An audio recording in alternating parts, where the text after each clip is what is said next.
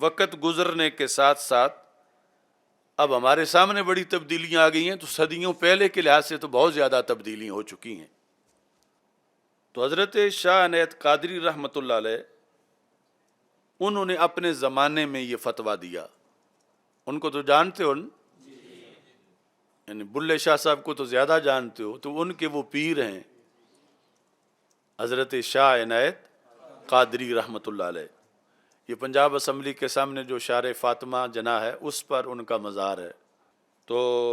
1735 عیسوی تک وہ زندہ تھے۔ اب جو ہے وہ 2026 ہے، تو 1735 تک یعنی ان کے جتنے تذکرے ملتے ہیں، یعنی اس وقت تک وہ زندہ تھے، تو تقریباً 3 صدیاں بن گئیں۔ یعنی 3 صدیاں پہلے لاہور میں انہوں نے یہ فتویٰ لکھا تھا عربی زبان میں۔ اب بڑے بڑے وہاں پر ملنگ اور سادھو بیٹھے ہوئے ہیں، اور وہ مرد درویش جو ہے وہ انہوں نے مطلب وہ جو غایت الحواشی لکھا، تو اتنا 2 حصے اور بھی ہے جو اپنے بیٹے کو پڑھاتے ہوئے انہوں نے یہ لکھا، اور اس کے میرے پاس 10 قلمی نسخے ہیں۔ یعنی اس وقت جب پریس نہیں تھے تو کابل تک یہ پڑھایا جاتا تھا، شاہ عنایت قادری کا لکھا ہوا۔ تو اس کے اندر جو ہے وہ انہوں نے یہ فتویٰ لکھا۔ یہ نظر آ رہا ہے نا، جو مرزا جنمی کو کہا تھا کہ ایک صفحہ پڑھ کے سنا دے، تو یہاں انہوں نے یہ لکھا۔ اب رفظ کتنا سرایت کر گیا ہے، اور اس وقت اہل سنت کا مزاج کتنا ستھرا تھا ابھی۔ تو کہتے ہیں وَقَذَا الشَّتْمُ فِي الْأَئِمَّةِ، جیسے پیچھے رسول اللہ صلی اللہ علیہ وسلم کے بارے میں پیچھے لفظ ہیں من شتم النبی صلی اللہ علیہ وسلم او اہانہ او عاب فی امر دینہ، یہ طویل عبارت ہے، اس کے بعد اس کی سزا ہے، اور آگے ہے وَقَذَا الشَّتْمُ فِي الْأَئِمَّةِ،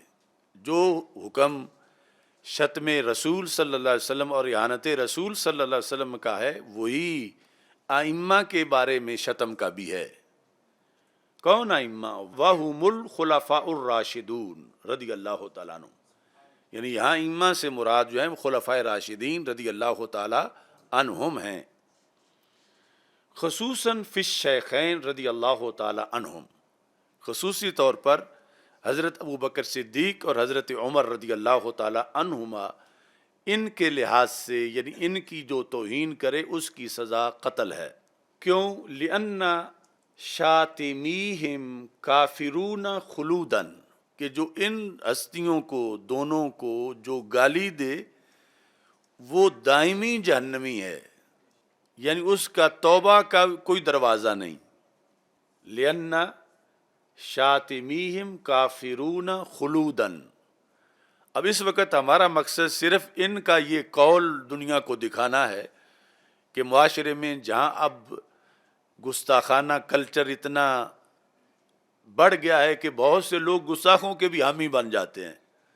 کہ اتنے سے کچھ نہیں ہوتا، یا یہ کوئی سزا نہیں ہے، یا جتنے بھی شکوک و شبہات ڈالتے ہیں۔ تو اس وقت کے عظیم صوفی کا کیا مذہب تھا؟ یعنی ایک عظیم صوفی جو کہ فقیہ بھی تھے اور اس ہند میں ہو کے عربی زبان کتنے ماہر تھے، تو وہ کہتے ہیں کہ لِأَنَّ شَاتِمِيهِمْ کافرون خلوداً، دائمی کافر ہیں، بحیث ان تابو لم تقبل توبتہم ابدا، کہ وہ اگرچہ توبہ کریں کبھی بھی ان کی توبہ قبول نہیں کی جائے گی۔ یہ مذہب ہے شاہ عنایت قادری رحمۃ اللہ علیہ، بلے شاہ کے پیر کا، اور بر صغیر کے اپنے عہد کے عظیم مفتی کا فتویٰ ہے عربی زبان میں۔ اور یہ مخطوطات اب بھی مثلا یہ جس سے میں پڑھ رہا ہوں، یہ فوٹو کاپی اس کی جو پنجاب یونیورسٹی میں پڑھا ہوا ہے، عجائب گھر میں بھی ہیں، اور اس کے علاوہ دور دراز یعنی 10 نسخے اس کے میں نے اس وقت تلاش کیے تھے۔ آج تو پی ایچ ڈی بڑی آسان ہو گئی ہے، صبح کوئی خواب دیکھتا ہے شام کو ڈگری لے لیتا ہے۔ تو میں نے 5 سال سفر کیے تھے، اور اس میں اب میرے مقالے کے اندر، پی ایچ ڈی کے مقالے کے اندر یہ ساری بات لکھی ہوئی ہے۔ یہ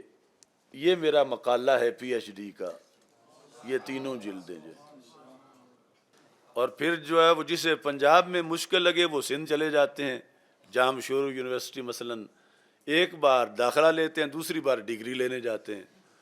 اتنے میں پی ایچ ڈی ہو جاتی ہے۔ تو یہ سارا جو یہ 3 میں ہے، یہ سارا میرے ہاتھ کا لکھا ہوا ہے، یعنی اس وقت کمپوز نہیں کرایا تھا، بلکہ میں نے سارا یہ اپنے ہاتھ سے لکھا تھا یہ۔ اور اس کے بعد یہ پھر چھپ کے تو اس شکل میں آ گیا، یہ جو 3 جلدیں ہیں، یہ چھپا ہوا ہے میرا مقالہ۔ تو اس کی جو پہلی جلد ہے اس کے اندر یہ لکھا ہے کہ جس سے آج یورپ تک لرزہ طاری ہو جاتا ہے بیان کرنے سے، جو شاہ عنایت قادری کا مذہب ہے، یہ اس میں 73 صفحے پر رأیہ فی توقیر الخلفاء الراشدین، تو اس کے اندر میں نے یہی عبارت لکھی ہے جو اس اصل مخطوطے سے پڑھ رہا ہوں، لِأَنَّ شَاتِمِيهِمْ كَافِرُونَ خُلُودًا بِحَيْثُ إِن تَابُوا لَمْ تُقْبَلْ تَوْبَتُهُمْ أَبَدًا لَا عِندَ اللَّهِ وَلَا عِندَ النَّاسِ، نہ اللہ کے نزدیک توبہ قبول ہے اور نہ حکمرانوں کے نزدیک توبہ قبول ہے۔ وَحُكْمُهُمْ فِي الشَّرِيعَةِ الْغَرَّاءِ الْقَتْلُ، تو شریعت میں ان کا حکم قتل ہے۔ یعنی لوگ تو گستاخ رسول صلی اللہ علیہ وسلم کو معافی دینے کی بات کرتے ہیں، شاہ عنایت گستاخ شیخین کی بھی معافی نہ قبول ہونے کی بات کرتے ہیں کہ یہ خلود کے لحاظ سے کافر ہیں اور ان کی توبہ قبول نہیں کی جائے گی، نہ بادشاہ کے نزدیک نہ اللہ کے نزدیک۔ لم تقبل توبتہم ابدا لا عند اللہ ولا عند الناس وحکمہم فی الشریعۃ الغراء القتل بلا تراخ عنہم بعد صدور الشتم، مثلا فرما بغیر کسی دیر کے ان کو قتل کر دیا جائے اور اس سلسلہ کے اندر کوئی ڈھیل نہ کی جائے۔ اب یہ اس وقت کے سنی پیر ہیں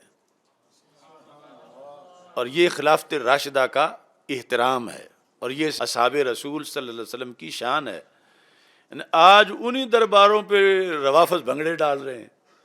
کہ جہاں لیٹے ہوئے اس قدر سنی غیرت مند تھے اور یہ ان کا مذہب تھا، اور یہ جتنے اس طرح کے مراکز ہیں جو سوئے ہوئے ہیں ان کا اس طرح ہی مذہب ملے گا جب بھی ان کا لکھا ہوا پڑھو گے۔ تو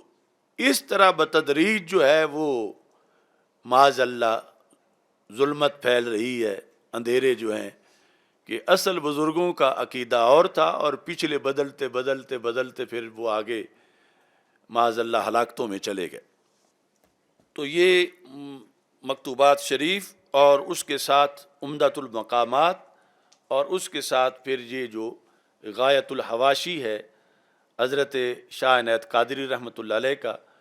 تو اس کا جو مخطوطہ ہے پنجاب یونیورسٹی والا، یہ جو عبارت پیش کی ہے اس مخطوطے کے صفحہ نمبر 240 پر ہے، چونکہ مخطوطے میں ورقے کا نمبر ہوتا ہے تو صفحے کا نمبر نہیں ہوتا، تو مطلب جو ہے جو ورقہ نمبر ہے ایک طرف نمبر ہوتا ہے، دوسرا خالی ہوتا ہے نمبر سے، پھر اگلے کا نمبر ہوتا ہے، پھر پچھلی سائڈ اس کی خالی ہوتی ہے۔ پنجاب یونیورسٹی والا مخطوطہ وہ آج بھی کوئی جا کے وہاں سے چیک کر سکتا ہے کہ یہ عبارت یوں ہی لکھی ہوئی ہے۔ میں نے بندیالوی صاحب رحمۃ اللہ علیہ نے رکا لکھ کر دیا تھا تو مکھڈ شریف سے اس کے مخطوطے کچھ تلاش کیے تھے اور پھر وہ لاہور لا کے فوٹو کاپی کرا کے پھر اصل جو ہیں وہ مخطوطے واپس کیے تھے۔ تو چونکہ آج بہت زیادہ اندھیرا چھا گیا ہے اور حضرت امیر معاویہ رضی اللہ تعالیٰ عنہ کا معاملہ بہت بڑی پھسلن ہے کہ لوگ سمجھتے ہیں کہ کوئی بات نہیں، لیکن معاملہ یہ ہے کہ سزا اس کی قتل ہے۔ ان کو گالی دینا وہ یعنی ہمارے بزرگوں نے، چلو دوسرے تو بے حیا جو بھی ہیں، لیکن کم از کم جو مجدد صاحب کا نام لینے والے ہیں اہل سنت اور شاہ عنایت قادری اور یہ سارے، ان کو سمجھنا چاہیے کہ یہ معاملہ کتنا سیریس ہے اور کتنا اپنے ایمان کو محفوظ رکھنا ضروری ہے۔